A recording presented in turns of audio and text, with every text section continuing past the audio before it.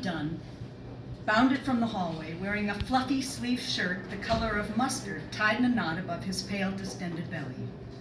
He had changed his jeans for a pair of tight striped bell-bottom pants, and though his hair remained greased to a military point above his forehead, I could swear he was wearing makeup.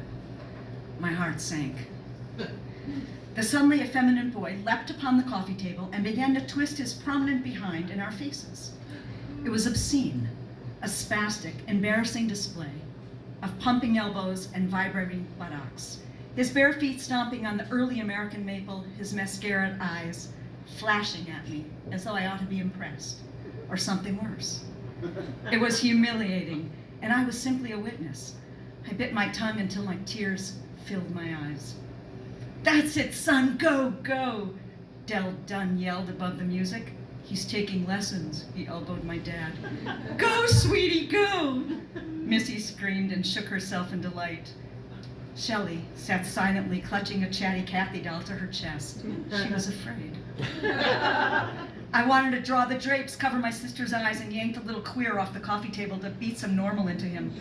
Our evening was ruined. I was embarrassed and paralyzed with disappointment. After the final psychedelic number, during which Del plugged a strobe light in that made the boy appear to be having an epileptic fit, Donnie Dunn had twisted himself into a winded pink, moist mass. He took a bow and retreated to his bedroom. Delbert dusted off his LPs, returning them carefully to their sleeves, while Missy ran off to the bathroom to collect herself. My family and I sat speechless. My father smiled rather empathetically at me and nodded his head once, as if making some silent agreement. For the first time, I began to feel complacent in my hopelessness. In this giving up, a strange calm began to rise within me, tempering the anger and frustration, and filling the void with something like forgiveness. Perhaps this was maturity, I might have thought.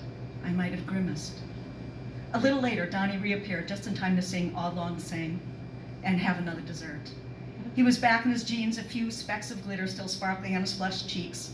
I found myself slapping him on the back and handing him the biggest piece of cake.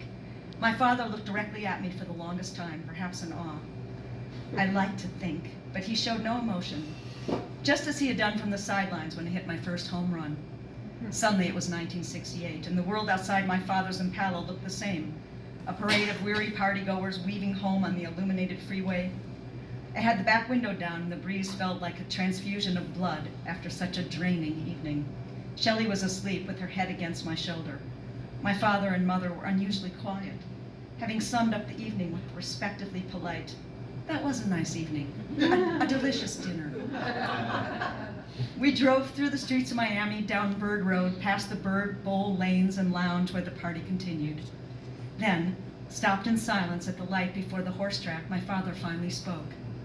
Perhaps he thought I was asleep like my sister, maybe not, it didn't matter.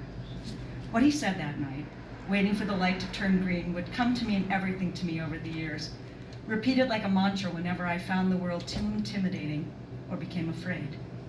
At other times, when I simply needed to remind myself of how much I loved my father, he said, "So what the hell was with that fat kid on the coffee table?" Thank you.